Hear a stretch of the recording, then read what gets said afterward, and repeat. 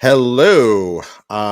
This is my name is Frank Lavinia, and welcome to another edition of High Impact Tuesday. No, wait, it's Wednesday. Woo! Let me tell you, man, got coffee, and I'd like to welcome folks to the stream who are watching on LinkedIn, YouTube, Twitch, Twitter, and of course Facebook.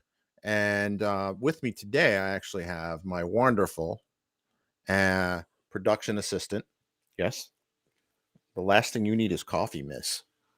So this is Roxy. She's a dachshund. Um, Sometimes the dachshunds are called evil sausage dogs of death. Is that or doom? Is that what it is? She's not. We call her Roxanne the Fierce. She's very fierce. Anyway, she runs. She's the alpha female of our dog pack here, and yes, you are very cute and very distracting. I figured it'd be good to bring on a it's not High Impact Tuesday. Sorry about that. But when you have a cute little dachshund on your stream, you can kind of gloss over any error like that. So this is something that honestly, I thought the apocalypse was upon us. Has it been the 2 years of 2-week lockdowns? Hey Rupesh, how's it going? How are you? I see you're organizing an event. You can definitely tell me a little bit about that in the chat. Um, but in the lines of like what is going on in the world, and I guess in the cosmic scheme of things, this is not that big of a deal. Why don't you go on the floor, baby girl? No? Okay. Rupesh is awesome. He's got a lot of good stuff going on. This surprised me. Now, there's been a lot of folks that have been saying, how awesome um Linux is, compared to Windows for, decades. This is not a new phenomena. But what is new is check out the website that this is on, Windows Central. And this is a actual, not an April Fool's prank, an actual, what a great way to close out 2021, right? Tired of Windows. It's time to give Linux a try. Can you believe it?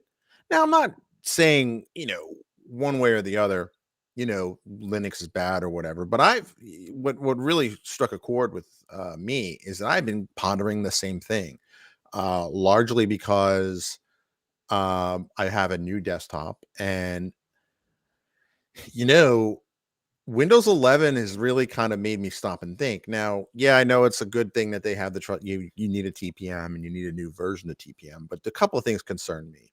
And I know that yes, you can kind of scale back and not use the TPM, like they are letting people install that. But this really kind of hit home because somebody over the holidays like, "Hey, so have you installed Windows 11 yet?" I'm like, "Actually, I haven't." Because only two PCs I have, actually one PC ran the install check and it was fine, but that's my main work PC.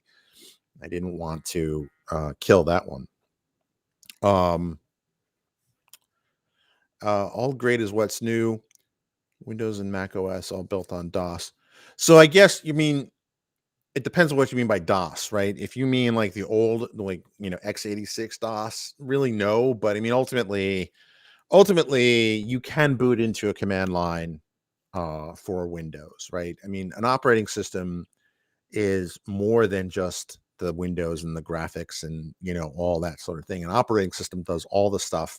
Well, it's a lot like your nervous system, right? You don't think about breathing. You don't think about beating your heart. You don't think about things you don't think about. That's basically what an operating system does, right? It's the thing that gets the takes the when I press the key on the keyboard, it goes down and then it kind of processes that input and then goes through. Same thing with the streaming right now. It processes all the data that comes in, not really process, but it handles like the storage and the network and all that sort of thing. That's really what the operating system does. So I mean, they all have some kind of command line component. Some platforms are easier to get in the command line perform than other. Yeah, so I mean, it's not DOS in the traditional sense, but it is a disk-based operating system. That's kind of what that was. But that's a good point. You know, ultimately, if you think about Windows, because Windows is the one I know the best, you know, at the bottom line of it, you have applications that have to run. And for an application to run, you have two choices, right? Reinvent the wheel every time. This is what old DOS x86 games would do, right? So that's why their installs would be very large. Or you can do you basically rely on an existing framework on an operating system, right? They used to be called MFC, Microsoft Foundation classes for Windows. Again, I know Windows the best of kind of Linux, Mac, or Windows. That's the one I know the most. So, which I think makes this news even more jarring, right? Is like, it's not some Linux fanboy or fangirl saying how awesome you should switch to Linux today. It's Windows freaking Central, right? They're contemplating a move, which I get that vibe from some in the community. So, couple things. One, this is, who knows? Is this kind of just fear and panic? I was part of the evangelism team for Windows 8, so there was definitely th- every other operating system that Windows comes out with is, well, I mean, they try something new, and then they kind of sometimes go too far, sometimes not far enough, and then the next one they kind of iterate to that, right? So Windows is kind of people bag on Windows a lot, but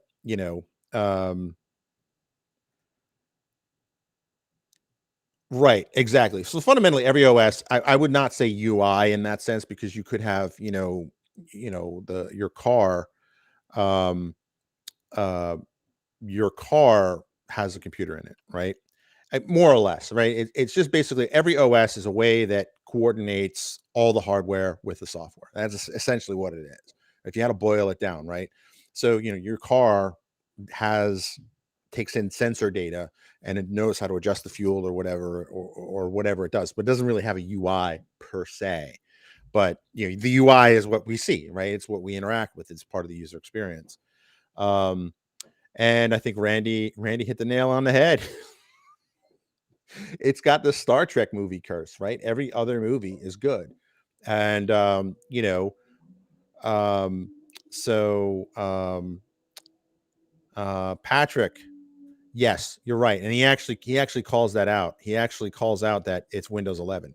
And honestly, Windows 11, I was very eager to like play around with it. But when I saw the hardware, this is basically main thesis here is that Windows 11 has become a living nightmare, which I think I might be a little strong. Full disclosure, former Microsoft employee. I still have a lot of stock. There's a team I root for. That's the team. But even I haven't played around with Windows 11. Like I did run the install check or the system health check thing, and only really one computer I had supports it. Right. And what really concerns me, honestly, is just the amount of e-waste, right? So I have a new desktop that I'm streaming on now, but every other computer in my house, with the exception of my work PC and my wife's laptop that she got maybe like 4 months ago, um, won't run Windows 11. Right. My desktop says all sorts of BIOS settings or UEFI settings, whatever they're called. I have to go in and kind of muck with, but I'm kind of like, do I really want? Yeah, I'm going to wait this one out. Because usually, as cool as the new updates are, the thing I really wanted, honestly, and this is the one thing that stopped me from installing Windows 11, wasn't the TPM stuff because you can get around that. But what I really wanted was the ability to run Android apps on my desktop, right? Because as I get more into Instagram and whatnot. Oh, here's my production assistant again. She has something to say about Windows. Do you have anything to say about Windows, Miss? No? Okay. Oh, okay. Very sweet girl. Where was I? Um, I think Windows gets a lot of hate, and I think that sometimes it's warranted, sometimes it's not. But like, there's an interesting quote here. Let me look for it. No, not that window. I want to search in this window. XP. All right. So this I find hilarious. And you know why I find this hilarious? Windows XP was the glory days of Microsoft OS. I remember when XP came out and all the people at these, I mean, I don't know if it was this author, but kind of the trade press and whatnot. Um, oh, Rupesh, you win the comment of the day. So far, you have the comment living, so AI compatible OS. Yeah, that's funny. I like that.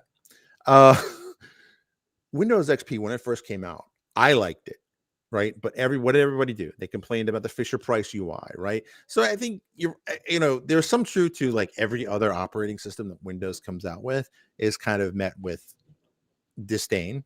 But yeah, I mean, exactly, Patrick, you nailed it on the head, right? Like everybody hated the rollout of XP.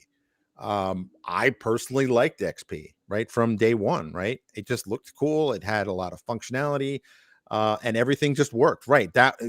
You took the words out of my mouth. Right. XP was really the first OS where all the drivers were kind of figured out already. And which we didn't realize how important having the driver ecosystem all set up until Windows Vista came out. Speaking of bad, bad versions of Windows. And yep, that's right. It was the first true plug and play. It was the first like where plug and play actually delivered on the promise of it. I remember I had a scanner that I got, and it was a USB scanner, which at the time was still fairly avant-garde.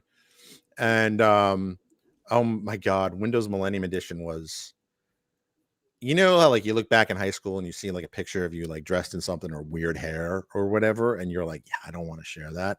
That's what that's even worse.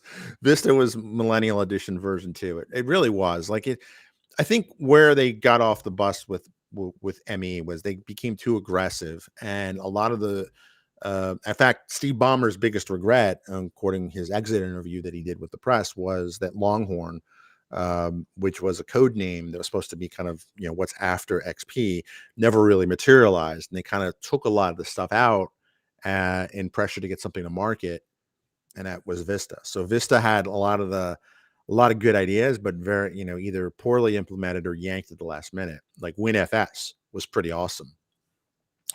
Um, Interesting. With XP or now? I mean, that's the great thing about USB is that, it used to be that there was, IDE or, ISA channel and all that. Um, but when XP rolled out, and I think a lot of this with Windows is the nostalgia tends to wear off the things that people missaid about it. I liked XP. I thought XP was an awesome operating system for the home and for the, so, it was definitely, um, it was definitely, um, I don't know. Like for people to like get nostalgic about XP and say how it was wonderful from the get go, yeah, it was not well received at first. I thought it was a great operating system. So XP was after. So correct me if I'm wrong. This is what I think the history was. It was 95, then 98, then ME. But parallel to that, they launched Windows NT sometime in 93. Windows NT was a completely different type of core operating system. And there was NT, Windows 9. Yeah. So they actually, funny story, Randy. According to legend, and I've heard this inside the firewall at Microsoft. I don't know if this is true, but when Windows 10 came out, the reason why they went with 10 is because apparently there's a lot of code out there on the interwebs that when it searches for the client, that when it searches for like what operating system it is, it will look for Windows 9, assuming it was Windows 95 or 98, which I think was interesting. So yeah, I mean, Patrick, you're right. I mean, uh, that's kind of the thing is that when you're the this is why large enterprises typically don't upgrade their operating systems until the first service pack or update comes out, because they release something, and this is not, certainly if you have an Apple phone, this is not unique to Microsoft. Everybody does this to one degree or the other.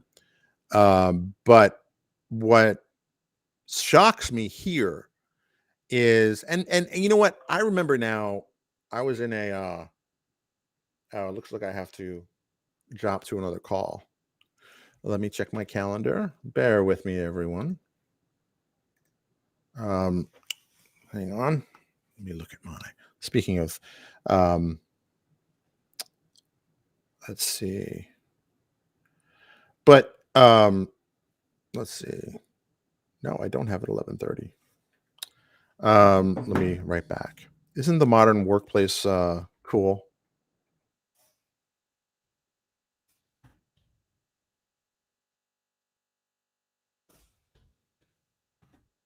I thought my calendar was all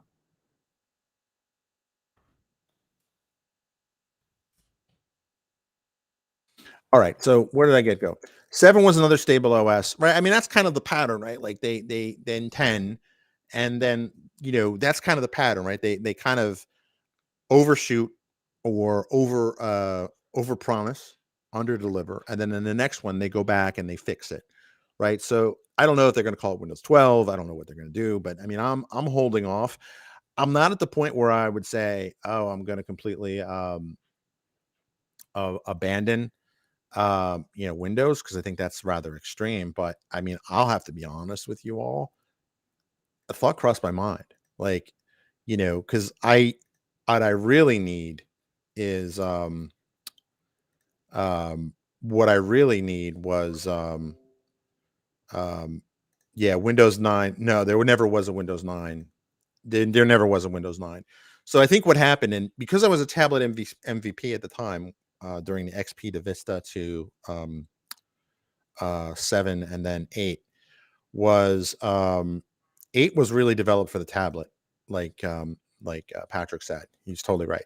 So what they realized was is that with XP they had a separate edition for tablet PCs, and they realized that with natural user interface, or input in um uh hang on.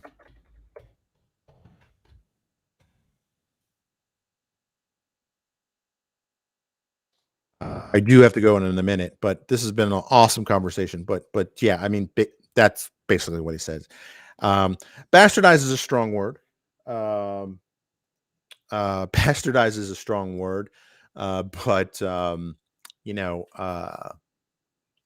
it it was really, the UI was changed to a certain degree to accommodate what the interface.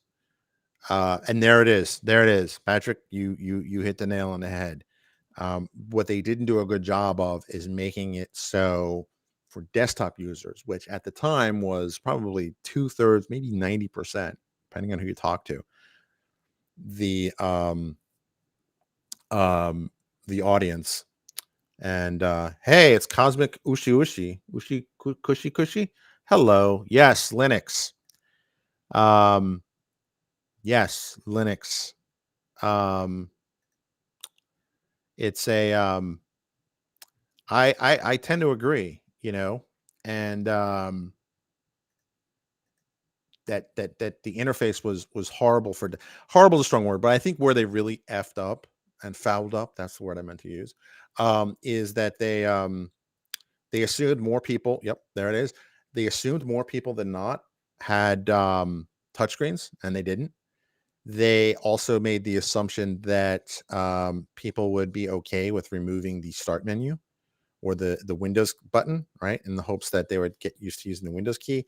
And ultimately, like, I mean, my mom, God rest her soul, when my mom, who's not a technologist, was very avidly not technologist, when she told me, like, oh, I heard Windows 8 is hard to use, by the time it gets to her, the battle's already lost, right? Even a lot of those problems that were in Windows 8 were fixed in 8.1. Most people don't remember 8.1. They just remember that. So, I mean, personally, I do like Windows. Given my choice, I would love to stick with Windows. I do plan on staying with Windows 10 for the immediate future. But some of these concerns I have, unless they're addressed, and again, ex Microsoft employee, I have nothing but love. I still own a lot of Microsoft. Still a shareholder. I'm still rooting for them. But it's definitely something I want to think about, because I, especially now, I can't build a Hackintosh, right? I can't build a Hackintosh because, well, I could, but that is difficulty. So if you're not familiar with the term, Hackintosh is this idea where you take a just regular x86 Intel hardware and install the Mac OS on it. There's a whole lot of reasons to do it, and there's a whole lot of difficulties not to do it, including not least of which would be the legality of it. But yes, I am looking into Linux, particularly after this, because it's kind of like I don't. My next PC or desktop will probably be an M1 based chip. Um, so actually, good. I'm getting a lot of comments from Twitch. So what kind of use case? Um, it's like getting lost in infinity. Yes, that's true. So my main use case is going to be basically kind of the Adobe Creative Suite. And again, this is not some I'm just thinking like ahead a couple of years. Um, I'd probably get a Mac for that and then kind of doing the basic day-to-day stuff. Yes, Mayna's here. This is the guy told me that. So I also do development too, Cosmic. Um, yeah, Mac is the best option. What I'll probably end up doing, obviously, if you look at my home office, I have more than one PC. But I mean, in terms of my main work driver, checking emails, blogging, writing, um, I intend to stick with that. But obviously, in data science, I've already used Linux. Like, so I have the Ubuntu VMs that I do, but I'm really thinking about it. I don't game a lot on the computer. Main is laughing here because he's the guy who tipped me off to run a Hackintosh in a virtual machine. Um, but um, but I mean, it's just and honestly, if this what this guy is saying on this article is that Valve's Proton is like super magical. And that's what I hear. Gaming is really kind of on the point now, like, which is good. I mean, honestly, if the Adobe suite gets ported to some flavor of Linux, I mean, certainly. Oh, cool. Share that YouTube with benchmarks. Um, you know, the games all run better on Linux. Wow. I mean, not that I game or anything like that, but I imagine Blender works on that. So, yeah, no problem, no problem. Um, but I mean, Mena is the guy. He gave me the 411 or the info on how to get this. Um, how to get a Hackintosh running in a VM, which ultimately led to me buying a real Macintosh. It's an older kind of iMac, but it does what I needed to do, and you know yeah, I think as the gaming industry goes, so will the mainstream software. I think if you can run a game on, I will click that link for sure. This is the playlist. Cool. Let me screen cap that so that way I'm not sure how Twitch comments are stored on Restream. Um, but I'll definitely check it out. Yeah, as the gaming industry kind of goes, I think the regular software industry will go too, because you can't say, "Oh, you can't run Photoshop officially or well or Premiere or After Effects on whatever."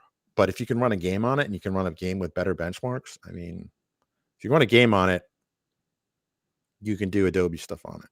That's kind of my.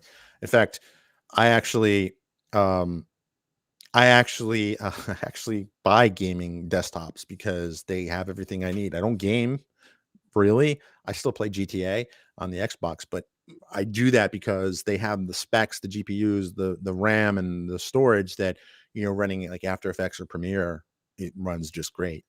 And but yeah, yeah. I don't. I mean, I'm gonna wait. I'm gonna wait. I mean, obviously, I'm not gonna go out and I'm gonna I have an extra desktop that I'm gonna decommission from Windows and move it over to some distro of Linux just to muck around with it, so I can play around with it. Oh, that's good to know. NVIDIA is better on Windows. Interesting. But I've heard some awesome things about the M1 chip from people even inside the firewall at Microsoft. You know, yep, that's right. Gaming desktops, laptops, they're sturdy, they're solid machines. Um, you know. Um, but yeah, let's play Fortnite. I think I have to install it. I think I installed Fortnite on my kid's Nintendo, and I locked him out of it because I locked him out of the Fortnite because I don't want him playing Fortnite. Um, he still has the Nintendo, the Switch, or is it the DS? I forget. The portable one, you know. But yeah, I mean, so I mean, what really concerns me is that they are, and I'm a longtime Windows fanboy, just so you know, Cosmic. Like, so for me to even be like scratching my chin thinking, I just thought I was crazy. And then I read this here where the guy's like, oh yeah, tired of Windows. Like, because Linux is one of those things where I do use Linux for data science work, like the data science VM on Microsoft Azure. Um, so clearly I'm a Microsoft fanboy. I don't think anyone would deny that. And, but it does kind of concern me is like, what is going on? That, it, I think though, longer term, Windows 12 or Windows 11 Service Pack 1, whatever they're going to end up calling it, I think will hopefully be a better product. And this, because, ultimately they need to, um, realize like, they're going to have competition. You know what I mean? Oh, I would totally agree that the games on Switch are a lot more fun. Like, and they're certainly a lot more kid friendly. That's for sure.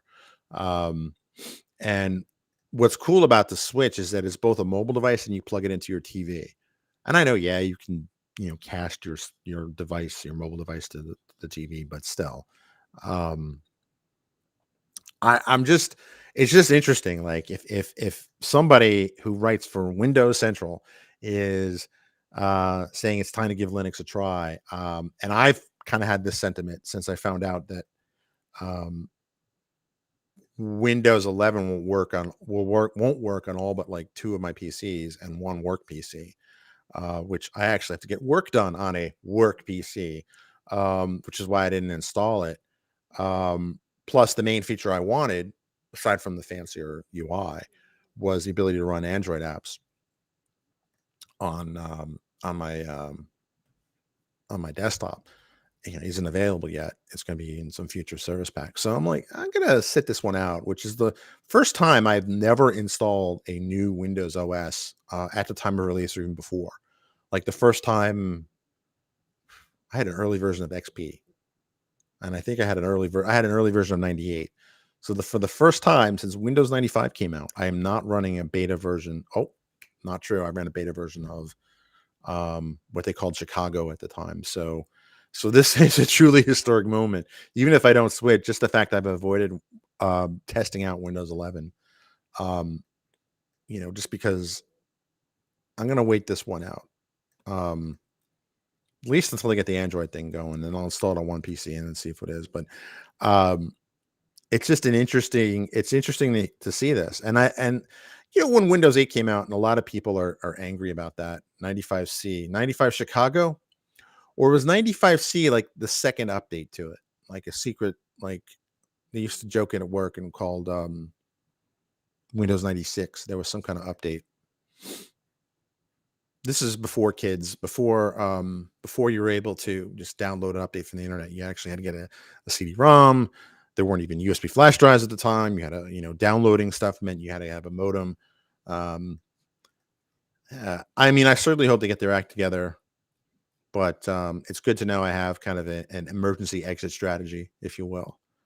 Um, that's right. There was A, B, and C, and I remember the Chicago kind of prototypes and stuff like that. One guy I used to work with at the time was really into it, like really into it. Like he had it like what was Cairo floppy disk? Yeah, no, yep.